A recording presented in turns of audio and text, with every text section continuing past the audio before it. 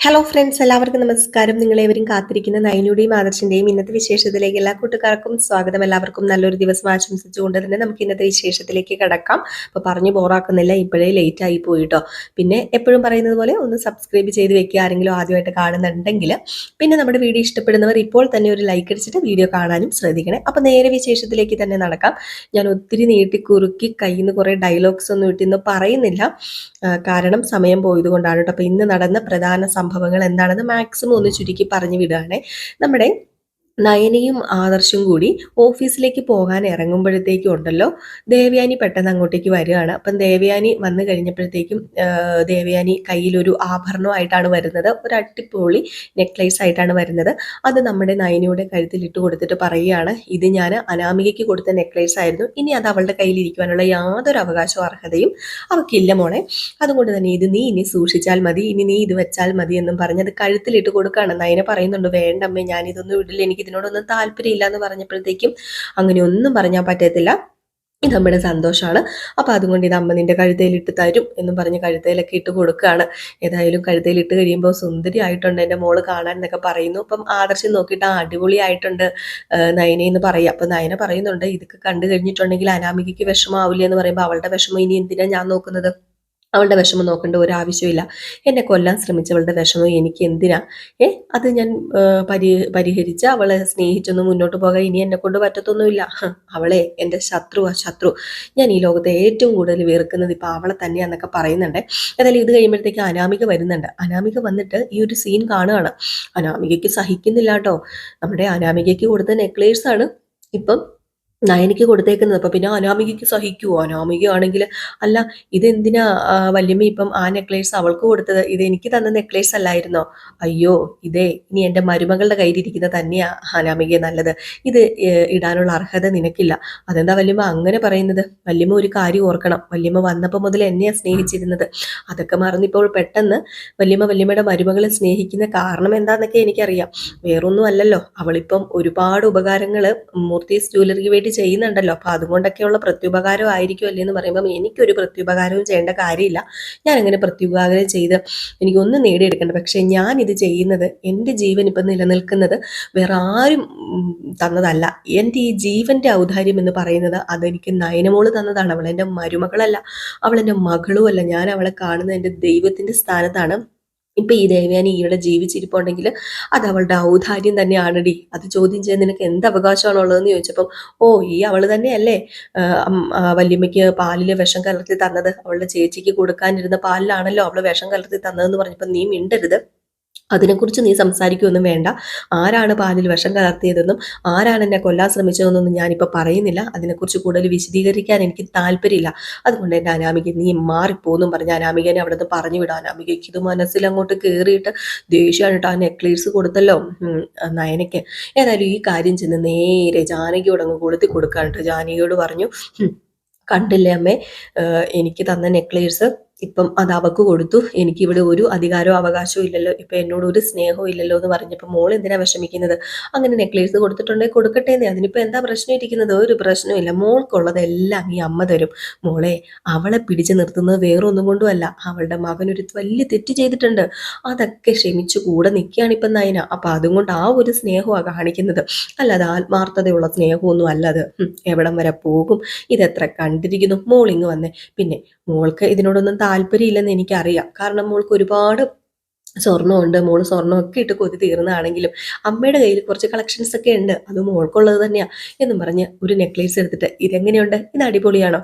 അയ്യോ അമ്മേ, ഇതൊന്നും എനിക്ക് വേണ്ടമ്മേ, ഇതിൻ്റെ ഒന്നും ഒരാവശ്യമില്ല, എനിക്ക് ഇനിയിപ്പം ഈ നെക്ലേസ് ഒക്കെ എൻ്റെ വീട്ടിലേക്ക് കൊണ്ടുപോകാനോ ആഭരണങ്ങൾ എൻ്റെ വീട്ടിലേക്ക് കൊണ്ടുവയ്ക്കാനോ ഒന്നും ഒരാഗ്രഹമില്ല. മാത്രമല്ല ഇതൊക്കെ എൻ്റെ അച്ഛൻ കൊണ്ടുവന്ന് ഒരു പ്രാവശ്യം വിൽക്കുകയൊക്കെ ചെയ്തു, അപ്പൊ അതാണല്ലോ ഇപ്പൊ ഇവിടുത്തെ വലിയ പ്രശ്നം എന്ന് പറയുന്നത്, അപ്പൊ അതുകൊണ്ട് തന്നെ എനിക്ക് ഇനി വേണ്ടാന്ന് പറഞ്ഞപ്പോൾ അത് പിന്നെ മോളുടെ അച്ഛന് കുറച്ച് കടവും ബാധ്യതയൊക്കെ വന്നു, അപ്പൊ അത് വിറ്റു, അതിനിപ്പോ എന്താ പ്രശ്നം ഇരിക്കുന്നത്, അതിവിടെ ആർക്കും നോവാനില്ല, ഇത് മോൾക്കുള്ളതാ, മോൾ ഇത് കഴുത്തിലിടെന്നും പറഞ്ഞ് ഇത് കഴുത്തിലിടാൻ കേട്ടോ. ഏതായാലും ഇത് കഴുത്തിലിട്ട് കഴിയുമ്പോഴത്തേക്കും ആണ് അനാമികയ്ക്ക് ഒരു സമാധാനമായത്, അനാമികയ്ക്ക് കിട്ടിയില്ലോ എന്നൊരിത്.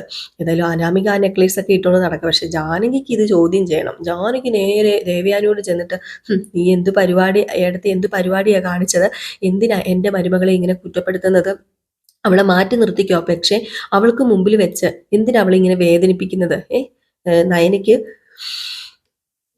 കൊടുക്കാനുള്ളതൊക്കെ ഏടത്തി കൊടുത്തു. അതിന് എനിക്കൊരു പ്രശ്നമില്ല. പക്ഷേ എൻ്റെ മരുമകളെ വേദനിപ്പിച്ചു കഴിഞ്ഞാൽ എനിക്കത് സഹിക്കില്ല. എൻ്റെ മരുമകൾ എന്നും എനിക്ക് പ്രിയപ്പെട്ടതാണ്. എങ്ങനെയാണോ ഏടത്തിയുടെ മരുമകൾ അതുപോലെ തന്നെ പ്രിയപ്പെട്ടതാണ് എനിക്ക് എൻ്റെ മരുമകൾ. പിന്നെ അവളൊന്നുമില്ലാത്തടത്തുനിന്ന് വന്നൊന്നുമല്ല. അവൾ കഴുത്ത് നിറയെയും കൈ നിറയൊക്കെ സ്വർണ്ണം ഇട്ടുകൊണ്ട് തന്നെ ഇങ്ങോട്ട് വന്നത്. ഇനിയിപ്പോൾ എന്തെങ്കിലും ഇല്ലാതായിട്ടുണ്ടെങ്കിൽ അവളുടെ അച്ഛൻ്റെ കയ്യിൽ ഒരു ചെറിയ പിഴവ്, അവർക്ക് കടവും കടക്കണിയൊക്കെ ഉണ്ടായിരിക്കാം, അതൊക്കെ വീട്ടുന്നുണ്ടല്ലോ. പിന്നെ ഇവിടെ രണ്ടുപേര് വന്നിട്ടുണ്ടല്ലോ, അവർ വലിയ കുടുംബത്തിൽ നിന്നൊന്നും അല്ലല്ലോ വന്നത്. പിന്നെ എന്തിനാ ഇങ്ങനെ എൻ്റെ മരുമകളുടെ മെക്കിട്ട് കയറി അവളെ ഇവിടുന്ന് പറഞ്ഞയക്കാൻ വേണ്ടി ഏടത്തി ശ്രമിക്കുന്നത്? ഏടത്തിക്ക് എന്തിന്റെ സൂക്കേടായതെന്ന് ചോദിച്ചപ്പോഴത്തേക്കും, ജാനകി നിന്നോട് ഞാൻ പറഞ്ഞിട്ടുണ്ട്, വാക്കുകൾ പറയുമ്പോൾ സൂക്ഷിച്ചു പറയണമെന്ന്. ഇത് തന്നെ വീണ്ടും നീ പറയണം. ഒരു ദിവസം ഇതൊന്നും നീ തിരുത്തി പറയരുത്. അതെ, തിരുത്തി പറയുന്ന സ്വഭാവം എനിക്കില്ല. അല്ല, തിരുത്തി പറയുന്ന സ്വഭാവം നിനക്കുണ്ടല്ലോ ജാനകി. ജാനകി, ആദ്യം എൻ്റെ മരുമകളെ ഞാൻ വെറുത്തപ്പോൾ നീയല്ലേ എൻ്റെ മരുമകളെ കൈവെള്ളയിൽ കൊണ്ടു നടന്നത്?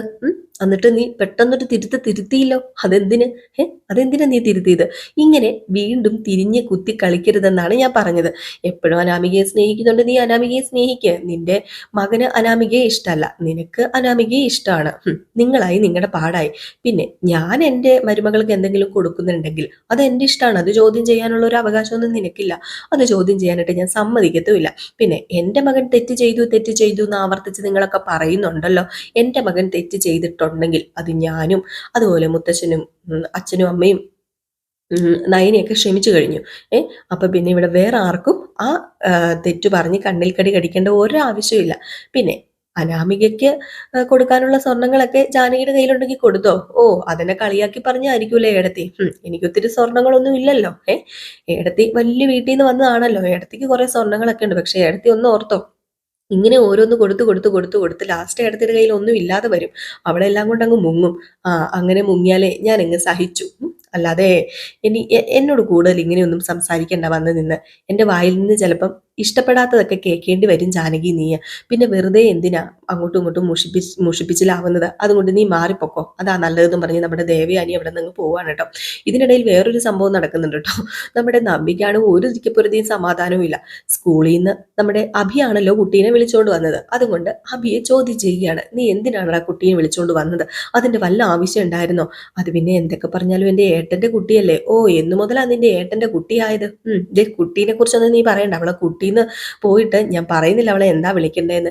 ആർക്കോ ഉണ്ടായ ജാരസന്തതി, അത് ആർക്കോ ഉണ്ടായതല്ല, അത് ആദർശേട്ടൻ ഉണ്ടായത് തന്നെയാണ്. ആദർശേട്ടൻ അങ്ങനെ വിളിക്കാൻ പോലും ഞാൻ ആഗ്രഹിക്കുന്നില്ല.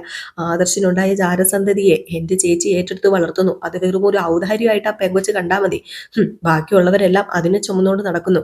എടാ, നീ ഒന്ന് വിചാരിക്കണം, നിന്റെ കുട്ടിയെ എടുക്കാനോ താലോലിക്കാനോ ആരും ഇവിടെയില്ല. ആരും അതിനൊന്നും മൈൻഡ് പോലും ചെയ്യുന്നില്ല. എന്നിട്ട് നീ എന്തിനാ ആ കുട്ടിയെ എടുത്ത് പൊക്കി പിടിച്ചുകൊണ്ട് നടക്കുന്നത്? ഇനി മേലാൽ ഇത് ആവർത്തിക്കരുത്. നീ ആരെയും പേടിക്കുന്നത്? എനിക്കൊരു സംശയം, ഇനിയിപ്പം നിന്റെ കുട്ടിയാണോ ചന്തുമോള്? എല്ലാ തെറ്റുകുറ്റങ്ങളും ആദർശമായിട്ടെടുത്തതാണോ? അയ്യോ, എൻ്റെ കുട്ടിയൊന്നുമല്ല. എന്തൊക്കെയാ നവ്യ നീ വിളിച്ചു പറയുന്നത്? ഇങ്ങനെയൊന്നും പറയരുത് കേട്ടോ. ഞാൻ പല പെണ്ണുങ്ങളുടെ പുറകെയും ഒക്കെ പോയിട്ടുണ്ട്. അത് കല്യാണത്തിന് മുമ്പ്. കല്യാണം കഴിഞ്ഞ് ഞാൻ പതുക്കെ അവരെയൊക്കെ അങ്ങ് ഒഴിവാക്കി വിടുക ചെയ്തത്. കാര്യം എന്താ? എൻ്റെ ഭാര്യയോടും എൻ്റെ കുട്ടിയോടും ആത്മാർത്ഥമായ സ്നേഹമാണ് എനിക്കുള്ളത്. പിന്നെ ഇടയ്ക്കൊക്കെ ഞാൻ കുറച്ച് ദേഷ്യപ്പെട്ടൊക്കെ ഇരുന്നു. അത് വേറൊന്നും കൊണ്ടുമല്ല, എൻ്റെ സാഹചര്യമാണ്. പിന്നെ ഇപ്പം ഞാൻ ഇങ്ങനെയൊക്കെ ചെയ്യുന്നുണ്ടെങ്കിൽ അതിനെന്തെങ്കിലും കാരണമുണ്ടെന്ന് നീ മനസ്സിലാക്കണം. ഇപ്പോൾ ഒരു ബ്രാഞ്ചാണ് നമ്മുടെ കയ്യിൽ കിട്ടിയിരിക്കുന്നത്. അത് പോകാതെ നോക്കുക എന്നുള്ളത് നമ്മുടെ ഉത്തരവാദിത്വവും നമ്മുടെ ഇതൊക്കെയാണ്. അതുകൊണ്ട് തന്നെ അവർ പറയുന്നതൊക്കെ അനുസരിച്ചേ പറ്റൂ. ബ്രാഞ്ച് പോയാൽ എന്ത് ചെയ്യും? കൈവിട്ട് പോയാൽ പിന്നെ നമുക്കൊന്നുമില്ലല്ലോ. പിന്നെ ഒരു ബ്രാഞ്ച്, എന്തിനാ ഈ ബ്രാഞ്ച്? അന്തസ്സായിട്ട് വേറെ സ്ഥലത്ത് ജോലിക്ക് പോകണം. ബ്രാഞ്ച് നിനക്ക് ഉള്ളതല്ലല്ലോ. അവിടെ മാനേജറല്ലേ ബ്രാഞ്ച് നോക്കി നടത്തുന്നത്. നീ വെറും GM ആയിട്ട് അവിടെ ഇരിക്കുന്നല്ലേ ഉള്ളൂ. നിനക്ക് ആ ഒരു പരിഗണന പോലും തരുന്നില്ലല്ലോ. പിന്നെ എന്തിനാ നീ ഇതിന്റെ പുറകെ നടക്കുന്നത്? എനിക്കിഷ്ടല്ല കേട്ടോ. ഇനി മേല നീ ആ കുട്ടിയെ വിളിക്കാൻ സ്കൂളിലേക്കൊന്നും പോകണ്ട. അത് പിന്നെ ഞാൻ പോകാതെ ഇരുന്നതാണ് നവ്യ. എന്നെ നിർബന്ധിച്ച് നിന്റെ അനിയത്തി തന്നെയാ വിട്ടത്.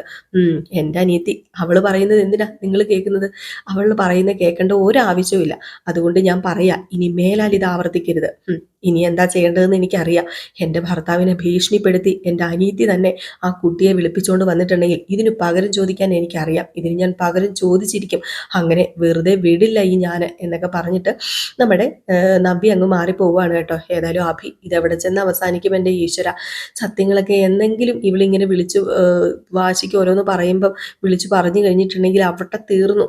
അവിടെ എൻ്റെ ജീവിതം അവസാനിച്ചു. ഇതെങ്ങനെ അവസാനിപ്പിക്കുന്നൊന്നും അറിയില്ലല്ലോ ഈശ്വര എന്നൊക്കെ പറഞ്ഞുകൊണ്ട് നമ്മുടെ അഭി ഇങ്ങനെ എന്തൊക്കെയോ ആലോചിച്ചുകൊണ്ട് ഇങ്ങനെ നിൽക്കുന്നുണ്ട്. കാരണം അഭിക്ക് തന്നെ ഒരു എത്തും പിടിയും കിട്ടുന്നില്ല, എങ്ങനെയായി തീരും എന്തായി തീരും എന്നൊന്നും. ഇതിനിടയ്ക്ക് പിന്നെ കാണിക്കുന്ന സീൻ എന്ന് പറഞ്ഞാൽ അനാമികയ്ക്ക് കിട്ടിയ നെക്ലേസുമായിട്ട് നേരെ അനാമിക രേവതിയുടെയും വേണുവിൻ്റെയും എടുത്ത് ചെല്ലുകയാണ്. അവിടെ ചെന്നിട്ട് പറയാണ്, ആ നെക്ലേസേ, ആ മറ്റേ നെക്ലേസ് അത് എൻ്റെ കയ്യിൽ നിന്ന് മേടിച്ചിട്ട് നയനിക്ക് കൊടുത്തു.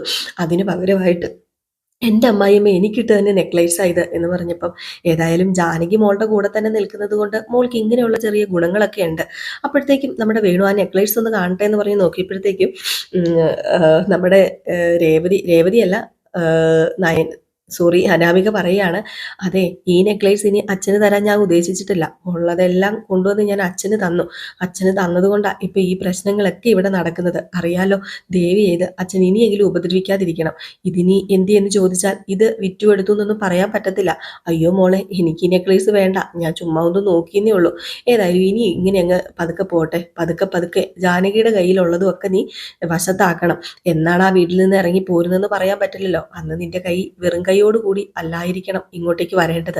അവിടുന്ന് മാക്സിമം നമുക്ക് ഊറ്റേണ്ടതൊക്കെ ഊറ്റണം. അല്ലാതെ ഇങ്ങോട്ടേക്ക് വന്നാൽ അറിയാലോ, അച്ഛൻ കടത്തിൻ്റെയും കടക്കണിയുടെ പുറത്തുമാണ് നിൽക്കുന്നത്.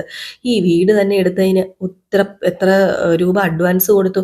ഇപ്പം എന്തേ വാടക കൊടുക്കാനും നമ്മുടെ കയ്യിലില്ല. ഇതെല്ലാം നമ്മുടെ അല്ലെന്ന് മിക്കവാറും അനന്തപുരി തറവാട്ടിൽ ഓരോരുത്തർക്കും അറിയാതിരിക്കാം ഇപ്പം. എങ്കിലും അവര് ഇതൊന്നും കാണാതെ കേൾക്കാതെ പിടിച്ചു നിൽക്കുന്നത് അവരുടെ അഭിമാനം ഓർത്തിട്ടാണ്. അവരുടെ അഭിമാനം പണയം വെക്കാൻ ഒരിക്കലും മൂർത്തി സാറ് തയ്യാറാവില്ല. ആ കിളവൻ ജീവിച്ചിരിക്കുന്നിടത്തോളം കാലം നിനക്ക് പേടിക്കാനില്ല മോളെ. ആ കിളവൻ ഡിവോഴ്സ് ചെയ്യാനൊന്നും ഒരിക്കലും അനുവദിക്കാൻ പോകുന്നില്ല. പഴയ കാർന്നോരല്ലേ, ആ കാർന്നോര് ഇങ്ങനെ ഇരിക്കട്ടെ, അതാ ഒരു കണക്കിന് നല്ലത്. പിന്നെ അനാമികെ, നീ ഒരുത്തനെ കണ്ടുവച്ചിട്ടുണ്ടല്ലോ, അവന്റെ കയ്യിലാണേൽ 5 പൈസ ഇല്ലെന്നാ തോന്നുന്നത്. ജീവിക്കാൻ വകയൊന്നും ഇല്ലാത്ത ഒരുത്തനാണ്. അവന് ജീവിക്കാൻ വകയില്ലെങ്കിലും അവനെ സ്നേഹിക്കാൻ അറിയാമേ, നല്ലതുപോലെ അവൻ സ്നേഹിക്കും. അല്ലാതെ വിവാഹം കഴിഞ്ഞിട്ടും വേറൊരു പെണ്ണിന്റെ പുറകെ അവൻ മണപ്പിച്ചു പോകാൻ പോകുന്നില്ല. അതെനിക്ക് ഉറപ്പാണ്. അവൻ എന്നോട് ഭയങ്കര സ്നേഹമുണ്ട്. അല്ല, നിങ്ങൾക്കങ്ങനെ ജീവിക്കണമെങ്കിലേ ഞാൻ പറഞ്ഞതുപോലെ തന്നെ ചെയ്യണം. ജീവിക്കാനുള്ള വകകളും സ്വത്തുവകകളെല്ലാം അനന്തപുരി തറവാട്ടിന്റെ പടി ഇറങ്ങുന്നതിന് മുമ്പ് തന്നെ നമ്മുടെ കൈവശം വന്നിരിക്കണം. അങ്ങനെയാണെങ്കിൽ നിനക്ക് ജീവിക്കാൻ പറ്റും. പിന്നെ വേറൊരു കാര്യം കൂടെ മോള് ഓർത്തിരിക്കുന്നത് നല്ലതാണ്. ഇവിടെ ജീവിക്കുന്ന ജീവിതം നിനക്ക് ഇഷ്ടപ്പെട്ടില്ല, അതുകൊണ്ട് നീ വേറൊരു ജീവിതം തിരഞ്ഞെടുക്കുന്നു. ചിലപ്പം അവന്റെ കൂടെയും 1 മാസം ജീവിച്ചു കഴിഞ്ഞാൽ ഇഷ്ടപ്പെട്ടില്ലെങ്കിൽ നീ എന്ത് ചെയ്യും? ആ, അങ്ങനെ ഇഷ്ടപ്പെട്ടില്ലെങ്കിൽ ഞാൻ അടുത്തയാളുടെ കൂടെ ജീവിക്കും. ഇത് കേട്ടതും നമ്മുടെ വേണുവിനെ രേവതിനെ വേണു ഒന്ന് നോക്കുകയാണ് കേട്ടോ. അപ്പോഴത്തേക്കും തന്നെ നമ്മുടെ വേണു അവിടെ നിന്ന് എണീറ്റു. ഏതായാലും മോളെ, നീ കൊള്ളാം, ഒരു പ്രശ്നവുമില്ല. നിന്റെ മനസ്സിൽ എന്തൊക്കെയാണോ ഉള്ളത് നീ അതുപോലെയൊക്കെ ചെയ്തു കൂട്ടിക്കോ. പക്ഷെ പൈസ വേണം. പൈസ ഇല്ലാതെ ഒരു കാര്യവും നമുക്ക് നടക്കില്ല. നിനക്കിനിയിപ്പോൾ ഒറ്റയ്ക്ക് ജീവിക്കാനാണ് ആഗ്രഹമെങ്കിൽ പോലും പൈസ നമ്മുടെ കയ്യിൽ വേണം. അതിന് നമുക്ക് കിട്ടിയ ഒരു തുറുപ്പ് ചീട്ടാ അനന്തപുരി തറവാടും മൂർത്തിയും ആദർശും നയനിയുമൊക്കെ. പറ്റുന്ന സമയം നീ മാക്സിമം കൈകാര്യം ചെയ്ത് അവിടുത്തെ സ്വത്തുവകകൾ കൈവശപ്പെടുത്തിയാൽ പിന്നെ നിനക്ക് ഇവന്റെ കൂടെ എന്നല്ല, വേറെ 100 പേരുടെ കൂടെ ജീവിച്ചാലും ഒരു കുഴപ്പമില്ല. പണത്തിന് മീതെ പരുന്തും പറക്കില്ല എന്ന് പറഞ്ഞു കേട്ടിട്ടില്ലേ? അതുകൊണ്ട് പണം അതാണ് വലുത്, അതാണ് വേണ്ടത് എന്നൊക്കെ പറയുന്നുണ്ട്. ഇതൊക്കെ കേട്ട് നമ്മുടെ അനാമിക ഇങ്ങനെ നിപ്പുണ്ട് കേട്ടോ. ഏതായാലും അനാമികയുടെയും വേണുവിൻ്റെയും രേവതിയുടെയൊക്കെ ആഗ്രഹങ്ങളൊന്നും ഒരിക്കലും നടക്കാനും പോകുന്നില്ല. അപ്പം ഞാൻ ഇവിടം കൊണ്ട് കഥ അവസാനിപ്പിക്കുകയാണ്. ഏകദേശം ഈ ഒരു സീനൊക്കെ കാണിച്ചിട്ടാട്ടോ ഇന്നത്തെ കഥ അവസാനിക്കുന്നത്. അപ്പം കുറച്ച് ലേറ്റ് ആയിപ്പോയി അറിയാം, എങ്കിലും ഞാൻ മാക്സിമം സ്പീഡിൽ പറഞ്ഞു വിട്ടിട്ടുണ്ടെന്നാണ് തോന്നുന്നത്. അപ്പം ഇനിയിപ്പോൾ നമ്മുടെ അലീനയുടെ കഥ നമ്മൾ റിയൽ സ്റ്റോറിക്കകത്ത് ഇടുന്നതായിരിക്കും. പിന്നെ ഇന്നത്തെ കഥ നമ്മൾ ഇന്നലെ പ്രമോവിശേഷമാക്കി ഇട്ടിട്ടുണ്ടായിരുന്നു റിയൽ സ്റ്റോറിക്കകത്ത്. അപ്പോൾ അതാരെങ്കിലും കയറി കാണുന്നുണ്ടെങ്കിൽ റിയൽ സ്റ്റോറിയിൽ ഒന്ന് കയറി നോക്കിയാൽ മതി കേട്ടോ, അതിനകത്ത് കിടപ്പുണ്ടേ. അപ്പോൾ എല്ലാവർക്കും വീണ്ടും നല്ലൊരു ദിവസം ആശംസിച്ചുകൊണ്ട് നിർത്തുകയാണ്. അപ്പോൾ നെക്സ്റ്റ് വീഡിയോ ആയിട്ട് വരാം. അപ്പോൾ ഒരു ലൈക്ക് അടിക്കാൻ മറക്കരുതേ.